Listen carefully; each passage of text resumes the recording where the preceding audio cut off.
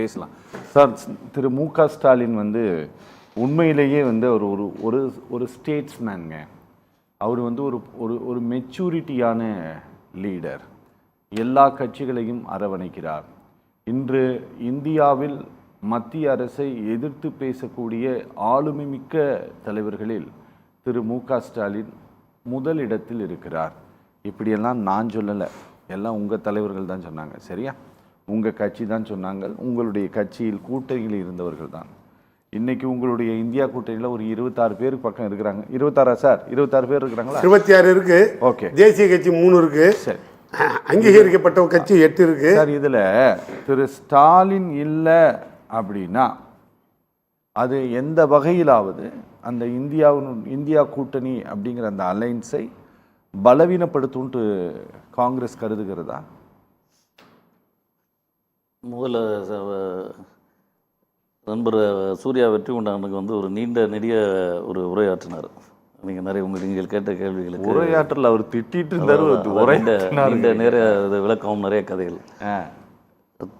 திராவிட முன்னேற்ற கழகத்தில் இப்போ டிவி விவாதங்களுக்கு செல்பவர்களுக்கு சில கட்டுப்பாடுகள், சில விதிமுறைகள், இப்படிலாம் பேசணுன்ற பயிற்சிகள்லாம் கொடுத்து சொல்லி அனுப்புகிற வழக்கம் உண்டு திமுகவில். அது கொள்கை ரீதியாக அதுக்கான பயிற்சி எல்லாம் உண்டு. ஆனால் அந்த பயிற்சியெல்லாம் வந்து இளம் வயதிலேயே தன் தந்தை அந்த கம்பன் வீட்டு கட்டுத்தவரையும் கவிப்பாடுன்ற மாதிரி அலைகளில் வெற்றி கொண்டானவருடைய புதல்வனாக இருக்கிற அவருக்கு அந்த ட்ரைனிங் தேவையில்லை. அவர் எப்பயுமே கட்சிக்கு கட்டுப்படாமல் நிறைய கருத்துக்களை, சொந்த கருத்துக்களை மேடையில் பேசுவார். இன்றைக்கி அதை வந்து சூர்யா வெற்றி கொண்டான் வந்து இப்போது டிவி விவாதங்களில் எந்த வரைமுறையும் இல்லாமல் கட்சி தலைமை ஒரு கருத்து சொல்லுவோம், ஆனால் அந்த கருத்தை மாற்றி அவர் பேசுவார். உதாரணத்துக்கு திமுகவும் அதிமுகவும் கூட்டணி வைக்கணும்னு பார்த்தாங்க, கூட்டணி அரசு அமைக்க பார்த்தாங்க அப்படின்னு சொல்கிற செய்தியை இதுவரைக்கும் திமுக உறுதிப்படுத்தலை. அவங்க மறுத்துக்கிட்டு தான் இருக்காங்க. ஆனால் நண்பர் வெற்றி கொண்டான் அதை வந்து ஆமோதிக்கிறாரு. ஆமாம், நடந்தது உண்மைன்னு கட்சியிலேருந்தே ஒருத்தர் முதல் முறையாக ஒத்துக்கிறாரு. அவர் அப்படி சொல்லலை. அப்புறம் இல்லை நான் சொல்லி முடிச்சிடுறேன், குறுக்கீடு செய்ய வேண்டாம். நீங்கள் அதுக்கு விளக்கம் இல்லை நான் குறுக்கீடு செய்ய வேண்டாம், நான் சொல்லிடுறேன். அவர் சொல்கிறத திருப்பி போட்டு பார்க்கலாம் நீங்கள். அப்புறம் இன்னொன்று, ஒரு 1967 திராவிட முன்னேற்ற கழகம் வெற்றி பெற்றதற்கான மிக முக்கிய காரணம் வந்து அவர் சொன்னது மாதிரி இந்திய எதிர்ப்பு போராட்டம், இளைஞர்களோட எழுச்சி, காங்கிரஸ் மீது இருந்த அந்த எதிர்ப்பு, அப்புறம் அரிசி பஞ்சம், இதை தாண்டி எம்ஜிஆர் குண்டடிப்பட்டது, இப்படி பல காரணிகள் அன்றைக்கு உண்டு. அதை தாண்டி ஒரு வலுவான கூட்டணியை அன்றைக்கு பேரறிஞர் அண்ணா அவர்கள் அமைத்தார்கள். அவங்களுக்கு எதிராக ஒரு கூட்டணி அப்படின்னு பார்த்தாக்கா தந்தை பெரியார் பெருந்தலைவர் காமராஜர் ஆதரித்து அவர் பிரச்சாரம் பண்ணுறார். ஆனால் அரசியலில் எதிர்பாக இருந்த ராஜாஜி இவரோட கூட்டணி வைக்கிறாங்க. அவருடைய கட்சி சுதந்திரா கட்சி இவரோட கூட்டணி வைத்து தேர்தலில் நிற்கிது, வெற்றி பெறுகிறார்கள். 137 சீட்டு திமுக ஜெயிச்சிருது. சுதந்திரா கட்சியும் அந்த கூட்டணியில் குறிப்பிட்ட இடங்களை பெறுறாங்க. ஆனால் அடுத்த நாளே ராஜாஜியை கழட்டி விட்டுட்டு தந்தை பெரியாரை போய் பார்த்தது பேரறிஞர் அண்ணா அவர்களும். பெரியார் அமைச்சரவைகள் வந்தாரா? இல்லை நான் சொல்லிடுறேன், நான் கருத்து சொல்லிடுறேன். அன்றைக்கே போய் நான் சொல்கிறது ராஜாஜியை வந்து கழட்டி விட்டுட்டு உடனே போய் பார்த்தாங்க. அன்றைக்கே அதற்கு ஒரு விளக்கம் சொன்னார்கள். அது மாதிரி அரசியல் சூழலில் ஒரே ஒரு நிமிஷம், டிஎம்கே தானே போய் பெரியாரை பார்த்தாங்க. நான் சொல்லிடுறேன், நான் சொல்கிற கௌரவே நீங்கள் விடுங்க. நான் அதெல்லாம் இல்லை, நான் சொல்ல வர கருத்துக்களை மட்டும் உள்வாங்க. இப்போ நான் அடுத்த கருத்தை சொல்கிறேன். எதுக்கு நான் பேசுகிறேன்? இல்லை சுதந்திரம் இல்லை, ராஜாஜியை போய் அவங்க பார்த்தா, ராஜாஜி கூட்டணியிலே இருந்தவர். அவர்கிட்ட போய் சொல்லிட்டெல்லாம் போய் அவங்க பெரியாரை பார்க்கல. அவங்க அடுத்த நாளே போய் பெரியார்கிட்ட போய் நின்றாங்க. அந்த கூட்டணி தர்மமெல்லாம் அப்போ இல்லை. நான் சொல்வது ஆட்சியில் அவங்க சேர்ந்தாங்க, கூட்டணி ஆட்சி அமைச்சாங்கெல்லாம் தாண்டி அணியில் இருந்த ஒரு மூதறிஞர், முதுபெரும் தலைவர், அவர் உங்களுக்காக ஒரு கையில் பூணூலை பிடிச்சிக்கிட்டு ஓட்டு போடுங்க இந்த முறை திமுகவுக்குன்னு சொல்லி ஓட்டு கேட்ட காலம் அது. அந்த மாதிரி நேரத்தில் அன்றைக்கு நீங்கள் ராஜாஜியை கழட்டிட்டு அன்றைக்கி போய் பெரியார்கிட்ட நின்னீங்க. அந்த முரண்பாடு தான் இப்போது இருக்கிற முரண்பாடும். அதாவது எனக்கு வந்தால் உங்களுக்கு வந்தால் ரத்தம், எனக்கு வந்தால் இது அப்படின்னு சொல்கிற மாதிரி தக்காளி சட்னின்னு அந்த வடிவேல் காமெடி மாதிரி பேசக்கூடாது. நடைமுறையில் இருக்கிற சிக்கல். நான் இன்னொரு விஷயம் சொல்கிறேன். நான் திராவிட முன்னேற்ற கழகத்தினுடைய தலைவர் மதிப்பிற்குரிய தளபதியார் அவர்களை நான் எந்த இடத்துலையும் நாங்கள் வந்து குறைத்து மதிப்பிடலை. நீங்கள் சொன்ன கருத்துக்களை நாங்கள் அப்படியே ஏற்றுக்கொள்கிறோம். கொள்கையில் உறுதியானவர் அவர். வந்து பிஜேபி எதிர்ப்பதில் அவர் உறுதியாக நின்றார். ஒரு வலுவான இந்தியா கூட்டணிக்கு அவர் காரணமாக இருந்தார். அதில் எல்லாம் நாங்கள் ஆனால் அரசியல் களம் என்று வருகிற போது நீங்கள் தேர்தல் நேரத்திலேயே நீங்கள் என்ன பண்ணுறீங்க? உங்களிடம் ஆட்சி அதிகாரம் இருந்தது, உங்களிடம் உளவுத்துறை இருந்தது, உங்களிடம் ஊடகவியலாளர்கள் நிறைய பேர் இருந்தாங்க, உங்களிடம் வியூக வகுப்பாளர் இருந்தாங்க. ஆனால் களத்தில் நீங்கள் சண்டை போட்டது வந்து விஜய் கூட இல்லை, நீங்கள் சண்டை போட்டது உங்களுக்கு பின்னாடி நின்ன எடப்பாடி கூட. களத்தில் எதிரி யாருன்னே தெரியாமல் ஒரு கண்ணை மூடிக்கிட்டு நீங்கள் யாரோட சண்டை போட்டீர்கள்? நாங்கள் சொல்கிறோம், ஒரு பெரிய எழுச்சி உருவாகிட்டு இருக்குது. எங்களுக்கு அவர் அழைப்பு கொடுக்குறார், நாங்கள் தோழமையோடு இங்கே இருக்கிறோம். ஆனால் அவர் எங்களை நட்பு பாராட்டி கூப்பிட்டு இருக்கிறார். திருமாவளவன் கூட்டணியில் இருக்கிறார். ஆனால் அவரே என்ன நினைக்கிறார், நான் சட்டமன்ற தேர்தலில் போட்டியிடுறேன், தேர்தலுக்கு பிறகு சூழ்நிலை மாறலாம், அதை கவனத்தில் கொடுத்து கொண்டு அரசியல் களம் மாற இருக்கிறது, எனவே நான் போட்டியிடலாம் என்று நினைக்கிறேன் அப்படின்னு கூட்டணியில் இருக்கிற அண்ணன் திருமாவளவன் அவர் வந்து சொல்கிறார். ஆக எல்லோருக்குமே ஒரு கணக்கு இருக்கிறது. ஆனால் நீங்கள் ஆட்சி அதிகாரத்தை வைத்திருக்கிறீர்கள், வியூக வகுப்பாளரை வச்சுருக்கீங்க, உளவுத்துறை உங்கள் பக்கம் இருக்கிறது. ஆனால் களத்தில் எதிரி யார் என்று கணிக்க தவறிய தளபதியின் தலைமையிலான அணி தோற்று போய்விட்டது என்று வருந்துதல் என்ன நியாயம்? எதிர்பாராத ஒரு தேர்தல் முடிவுகள் வந்து மக்கள் பெருமளவில் எதிர்த்து கொண்டார்கள். 67ல் நாங்கள் வந்து தோல்வி அடைகிறோம். இருங்க சார், பக்தவச்சலம் சொல்கிறார், வைரஸ் வந்து தமிழ்நாட்டில் பூந்துருச்சு, வைரஸ் பரவி விட்டது, தமிழ்நாட்டை ஆண்டவனாலும் காப்பாற்ற முடியாதுன்னு பக்தவச்சலம் சொல்கிறார். அன்றைக்கு முதல்வராக இருந்த பக்தவச்சலம் தோல்வியை எதிர்கொண்டதற்கு பிறகு வாக்களித்த மக்களை விமர்சிக்கிற விதமாக அந்த கருத்தை சொன்னார். ஆனால் அன்றைக்கு இவர் என்ன சொன்னார்னு கேட்டிங்கன்னாக்கா, அது பெருந்தலைவர் காமராஜர், இது மக்கள் தீர்ப்பு, ஜனநாயகத்தில் இதை ஏற்றுக்கொண்டு தான் ஆக வேண்டும், நாங்கள் இதை ஏற்கிறோம்னார். இந்த 2 கருத்தை சொன்ன தலைவர்கள் வெவ்வேறு தலைவர்கள். ஆனால் இங்கே என்ன நடந்துச்சு தெரியுமா? காலையில் சொல்கிறாரு, நாங்கள் 6 மாத காலம் காத்திருப்போம், மக்கள் தீர்ப்பை ஏற்றுக்கிறோம், தோல்விக்கான பல காரணங்கள் இருக்கிற அந்த காரணங்களை அதுக்கான முழு பொறுப்பையும் நானே ஏற்றுக்கொள்கிறேன், பிறரை குறை சொல்லி பலனில்லை, இப்படிலாம் சொல்கிறார். ஆனால் அதுக்கு அடுத்த நாள் அவரே வந்து தமிழ்நாட்டு மக்களுடைய தீர்ப்பை விமர்சிக்கிற மாதிரியான கருத்துக்களும் இயக்கத்திலிருந்து வருகின்றன, அவர் தரப்பிலிருந்து வருகின்றன, அணிகள் வந்து பேச்சுவார்த்தை நடக்குது. இப்படி வந்து திமுக கூட்டணி வச்சு அதுக்கு பிறகு ஒரு அரசு அமைக்கலாம் அப்படின்ற ஒரு நிலையை உருவாக்குறாங்க. இதெல்லாம் வெளியில் வியூகமாக வர்றது மட்டும் இல்லை, கூட இருக்கிற கட்சிகள், மார்க்சிஸ்ட் சொல்கிறாங்க, இடதுசாரி கட்சிகள் சொல்கிறாங்க, விடுதலை சிறுத்தைகள் சொல்கிறாங்க, கடைசியாக இந்திய யூனியன் முஸ்லீம் லீக்கும் சொல்லுது இதற்கான முயற்சி நடைபெற்றது அப்படின்னு. மக்கள் கொடுத்த தீர்ப்புக்கு எதிராக ஒருவரை ஒரு தனிப்பெருங்கட்சியாக தேர்ந்தெடுக்கப்பட்ட பிறகு அந்த மக்களின் விருப்பத்துக்கு எதிராக இன்னொரு ஆட்சியை அமைக்கலாம் அப்படின்னு என்ற அந்த எண்ணம், அது வந்து தமிழக மக்களுக்கு துரோகம் செய்கிறது ஆகிடாதா? அது துரோகம் இல்லையா? எங்களை துரோகி என்று சொல்லுபவர்கள் தமிழக மக்களுக்கு துரோகம் செய்கிற செயலை அன்றைக்கு செய்தார்கள், அதையா நீங்கள் கேட்கல?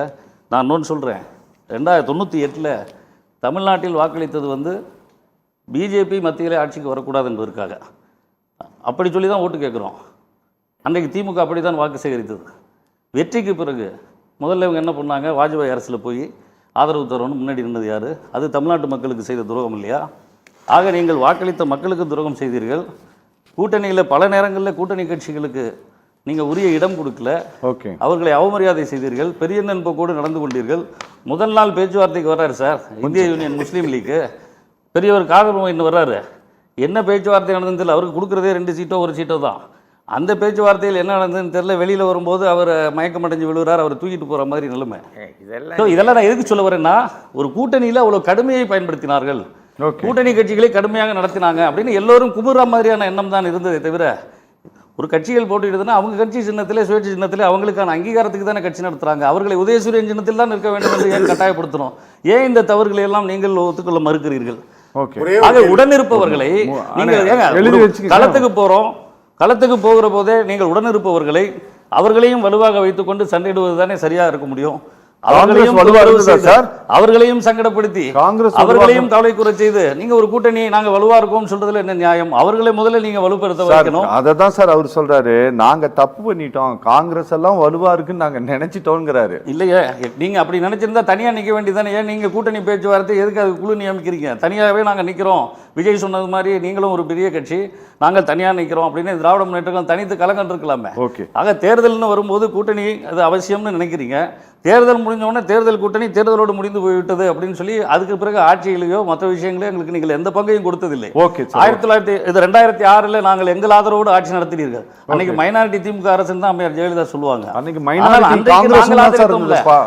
நாங்கள் எதுவும் கேட்காம ஆதரித்தோம்ல, அது தியாகம் இல்லையா? அதற்கு பேர் துரோகமா? எந்த பலனையும் அடையாமல் உங்கள் ஆட்சி நடத்துவதற்கு முழு ஒத்துழைப்பையுமே வழங்கினோமே, நாங்கள் செய்தது அன்றைக்கு துரோகமா? நாங்கள் அன்றைக்கு செய்தது தியாகம். எனவே எங்களுடைய மனதை நீங்கள் மீண்டும் மீண்டும் எங்களை துரோகி என்று சொல்வதன் மூலமா எங்களை நீங்கள் அந்நியப்படுத்தி பார்க்கக்கூடாது. நீங்கள் சொல்றீங்க இந்தியா கூட்டணி இன்னைக்கு வலுவாக இருக்கணும்னா நீங்கள் என்ன சொல்லியிருக்கணும்? காங்கிரஸ் அல்லாத நாங்கள் மற்ற கூட்டணி கட்சிகளை ஒருங்கிணைத்து நாங்கள் ஒரு புதிய அணியை உருவாக்குவோம்னு அந்த வார்த்தை வரலையே. அப்போ நீங்கள் உங்களுடைய எண்ணம் என்ன? நீங்கள் பிஜேபியோடு நெருங்குகிறீர்கள், மோடியோடு தொடர்பு கூட்டணி வைக்க ஆரம்பிக்கிறீர்கள், நீங்கள் பிஜேபியோட ஆட்சியில் அங்கம் வகிக்கணும்னு நினைக்கிறீங்க. அதிகாரம் இல்லாமல் உங்களால் இருக்க முடியாது என்பதற்காக நீங்கள் எடுக்கிற மறைமுக முயற்சி தான் இது. நீங்கள் உண்மையிலேயே மோடியை எதிர்ப்பதாக இருந்தால் மற்ற கட்சிகளை இணைத்து நாங்கள் ஒரு புதிய அணியை உருவாக்குவோம் அந்த அறிக்கையில் இருக்கணும். அது மாதிரியான அறிக்கையோ அது மாதிரியான உத்தரவாதமோ ஏன் அதில் கொடுக்கல? ஓகே சார், நீங்கள் இந்த கூட்டணியில் வலுவாக இருந்த தலைவர்கள் எல்லாம் பலவீனமடைந்திருக்கக்கூடிய நேரத்தில் நாங்கள் வலுவாயிட்டோம் அப்படின்ட்டு காட்டிக்கொள்வதற்காக இந்த கூட்டம் நடத்தப்படுகிறதா? ஏன்னா நான் இப்போ அடுத்து எந்த எலெக்ஷனும் இல்லை இப்போ, சரியா? இந்த கூட்டத்தை நீங்கள் நடத்தி முடித்து நீங்கள் இதில் சில தீர்மானங்களை எடுத்து அந்த தீர்மானங்களை இம்ப்ளிமெண்ட் பண்ணுறதுக்கு இங்கே இன்னும் புதுசாக எதுவும் நடக்கலை. ஏன்னா ஏதோ புதுசாக பில்லை கொண்டு வராங்க, அதை கொண்டு வராங்க, இதை கொண்டு வராங்கன்ட்டு எந்த பேச்சுவார்த்தையும் இல்லை. அதனால் இப்போ இந்த கூட்டத்தை நடத்துறதுக்கு எதை ட்ராமா பண்ணுறீங்களா? அதாவது 2029 தேர்தலை எதிர்கொள்ள வேண்டியிருக்கிறது. நாங்கள் 4 மாநிலங்களில் வெற்றி பெற்றிருக்கிறோம், ஆட்சியில் இருக்கிறோம். 3 மாநிலங்களில் கூட்டணி ஆட்சி, கிட்டத்தட்ட 7 மாநிலங்களிலே காங்கிரஸின் தாக்கம் இருக்குது. இந்த காங்கிரஸ் இல்லாத ஒரு இந்தியாவை படைப்போம்னு சொல்கிற ஒரு பாசிச ஒரே கட்சி, ஒரே ஆட்சி, ஒரே நாடு அப்படின்லாம் கொக்கரிக்கிற ஒரு ஆட்சியாக இருக்கிற பிஜேபி எதிர்ப்பதற்கு வலுவான ஒரு தேசிய அளவில் ஒரு பெரிய கட்சி இந்திய தேசிய காங்கிரஸ், அது வலிமையாக இருக்க வேண்டும் என்று தான் நாட்டு மக்கள் விரும்புவார்கள். தமிழ்நாட்டை பொறுத்தளவில் பாசிச ஆட்சிக்கு எதிரான மனநிலை எப்போதும் உண்டு. அந்த நிலையில் காங்கிரஸும் திமுகவும் ஓரணியில் இருக்க வேண்டும் என்று தான் மக்கள் விரும்புவார்கள். கடந்த காலத்தில் அந்த அடிப்படையில் தான் மக்கள் வாக்களித்தார்கள். அது மோடிக்கு எதிரான அங்கே வலுவான இயக்கமாக காங்கிரஸ் இருக்க வேண்டும் என்பதற்கான அது வாக்குகள் தானே தவிர அது திமுகவுக்காக வந்த வாக்குகள் அப்படின்லாம் அதை நம்ம சொல்லிட முடியாது. நாங்கள் கூட்டணியை மதித்தோம், தோழமை உணர்வோடு பயணித்தோம், உறுதியாக இருந்தோம்.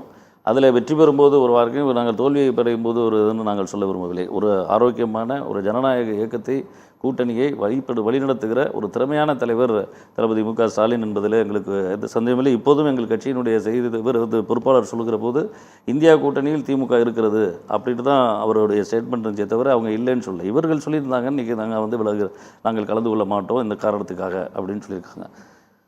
தேர்தலில் கிடைத்த முடிவுகளின் அடிப்படையில் தான் நாங்கள் ஒரு முடிவெடுக்க முடியும். அப்படி இருக்கும்போது திமுகவுக்கான இடங்கள் குறைவு, ஆட்சி அமைப்பதற்கான பலம் இல்லை. ஆனால் பிஜேபி ஆளுநரை வைத்துக்கொண்டு ஒரு மறைமுக ஆட்சியை, எடப்பாடியினுடைய அங்கே இருக்கிற மொழியாக்களை வைத்துக்கொண்டு அவர்கள் இந்த ஆட்சியை அவர்கள் ஒருவேளை எப்படியாவது கைப்பற்றி விடலாம், அவர்கள் கைப்பாவையாக மாற்றி விடலாம் என்பதற்கான முயற்சிகளை அவர்கள் ஒரு பக்கம் எடுக்க ஆரம்பிக்கிறார்கள் என்று நாங்கள் தெரிந்து கொண்டோம். அதில் முதல்வராக வெற்றி பெற்றிருக்கிற திரு ஜோசப் விஜய் அவர்களை பொறுத்தளவில் உறுதியாக இருந்தார். அவர் மதசார்பற்ற கட்சிகளை சேர்ப்பதில் இருந்த ஆர்வம் அவருக்கு, அங்கே அதிமுகவோட அவருக்கு நேற்று அவங்க ஆதரவை கேட்டிருக்கலாமே, எடப்பாடிக்கிட்டே நேரடியாக கேட்டிருக்கலாமே, ஏன் அதை கேட்கல? அவரை பொறுத்தளவில் அவர் தெளிவாக இருந்தார். ஒரு அறுதி பெரும்பான்மையான ஒரு எண்ணிக்கை பெற்றிருக்கிற கட்சியாக இருக்கிறோம், நமக்கு மதசார்பற்ற மற்ற கட்சிகள் வருகிற பட்சத்தில் அவர்களோடு அமைத்து ஒரு ஆட்சி அமைக்கலாம். அதெல்லாம் நடந்து முடிஞ்சு அதை நீங்க விமர்சனம் பண்றீங்க. நாங்கள் அந்த முடிவை ஆட்சி அமைச்சாச்சு, 20 நாளைக்கு மேல ஆச்சு சார். நீங்கள் அந்த கட்டசி மொராலிட்டிங்கிற பாடத்தை எடுக்க வேண்டியதில்லை சார். அந்த மொராலிட்டி மொராலிட்டி என்பது நீங்க நான் முன்பே சொன்னது மாதிரி நீங்கள் ஒரு அரசியல் நிலைப்பாட்டை எடுக்கிற போது அன்றைக்கு தமிழ்நாடு மக்கள் உங்களுக்கு வாக்களித்தது எந்த காரணத்திற்காக வாக்களித்தார்களோ அதை மாற்றி நீங்க பிஜேபியோட கூட்டணி முயற்சிங்களா இல்லையா? அன்றைக்கு பத்திரிகைகள்லாம் தலையங்கம் எழுதுனுச்ச பிஜேபியை ஆதரிப்பதன் மூலமாக ஒரு கருப்பு அத்தியாயத்தை திமுக தொடங்கி வைத்திருக்கிறதுன்னு அன்றைக்கி தினமணி போன்ற இதெல்லாம் அன்றைக்கி ஒரு மிகப்பெரிய கட்டுரையே வந்தது. அன்றைக்கு அவர்களுக்கு யாருக்கு கதவு திறந்து வச்சது? இன்றைக்கும் திமுக அதிமுக இந்த கட்சிகளை சேர்த்து இது பண்ணணும்னு சொல்லி அந்த ஆலோசனை யார் தந்தது? முதல்ல இவர்களை பொறுத்தளவில் இவர்களும் பாரதிய ஜனதா கட்சிக்கு ஆதரவான போக்கிற்கு அவர்களுடைய ஊதுகுழலாக மாறிக்கொண்டிருக்கிறார்கள் அப்படின்ற ஒரு அரசியல் சூழ்நிலையுடைய நோக்கம் தான் இப்போ அந்த அறிக்கை. இந்த அறிக்கையில் அவங்க ஏன் நான் திருப்பி சொல்கிறேன், கட்சிகளை ஒருங்கிணைக்கிற பணியை காங்கிரஸ் செய்ய வேண்டியதில்லை, நாங்கள் செய்வோம்னு அந்த முன்னெடுப்பை நீங்கள் மையமாக இருக்கிற கட்சி, இந்தியா கூட்டணியின் இதயமாக இருக்கிற கட்சின்னு சொல்லிக்கிற நீங்கள் அந்த முன்னெடுப்பை எடுக்கலாமே, ஏன் நீங்கள் அதை சொல்ல மாட்டேங்கிறீங்க? ஆக மாநில கட்சிகள் வலுவிழந்திருக்கின்றன. எல்லா மாநிலத்திலையும் அறிக்கையை நீங்க படிச்சீங்களா? பகுஜன் சமாஜ்க்கு ஒரே ஒரு நிமிஷம், சார் அந்த அறிக்கையை படிச்சீங்களா? ஆர்ஜேடி காணோம் சார், அந்த அறிக்கையை படிச்சீங்களா? சார் திரிணாமுல் காங்கிரஸ் காணோம், சார் மாநில கட்சிகள் சார் டிஎம்கே கொடுத்த அந்த அறிக்கையை படிச்சீங்களா? அந்த அறிக்கையில கடைசி வரி என்ன சொல்கிறது தெரியுமா? இந்த கூட்டத்தில் நாங்கள் பங்கேற்கல அப்படின்னாலும் மற்ற கட்சிகள் முன்வைக்கும் நாட்டு நலனை பாதிக்கக்கூடிய பிரச்சனைகளில் எதிர்கட்சிகள் திமுக என்றென்றைக்கும் ஆதரவு குரல் கொடுக்கும். ஆதரவு குரல் தான் கொடுக்கும், ஒதுங்கிணைக்கும்னு சொல்லல. இந்தியா கூட்டணியின் இதயம் நான் தான் ஒருங்கிணைக்கிறேன், இந்தியாவில் நான் வந்து கூட்டணியில் ஒருங்கிணைக்கிற தலைவர்களில் முதன்மையான தலைவர் என்று சொல்லப்படுகிற திராவிட முன்னேற்ற கழகத்தினுடைய தலைவர் என்ன செய்திருக்கணும்னா, நாங்கள் அந்த வலுவான கூட்டணியை நாங்கள் அமைப்போம் சொல்லியிருந்தால் நாங்கள் வந்து அதில் நாங்கள் ஆறுதல் அடைஞ்சிருப்போம். சரி, அந்த பணியிலே மோடியை எதிர்ப்பதிலே தெளிவாக இருப்பாங்கன்னு. ஆனால் இவர்கள் சொல்வது எங்களிடம் விலகுறாங்க, அவர்கள் நடத்துகிற இதில் வந்து நாங்கள் ஆதரவு அளிப்போம் தான் சொல்லியிருக்கிறாங்க. நான் என்ன கேட்குறேன்னா, மாநில கட்சிகளில் இன்னைக்கு எந்த கட்சிகள் தலைவராக நீங்கள் திராவிட முன்னேற்ற கழகம் தமிழ்நாட்டில் வலிமையாக இருந்துச்சு, இந்த தேர்தல் தீர்தல் மூலமாக இன்றைக்கு அவர்கள் ஆட்சி பொறுப்பை இழந்திருக்கிறாங்க. ஆனால் மத்தியில் அவங்களுக்கு நாடாளுமன்ற உறுப்பினர்கள் இருக்கிறாங்க. அவர்கள் ஒரு வலிமையான இயக்கம், அங்கே எதிர்த்து பாராளுமன்றத்தில் உள்ளே குரல் கொடுக்க முடியும். ஆனால் பல கட்சிகள் இன்னைக்கு வந்து பலவீனப்பட்டிருக்கு.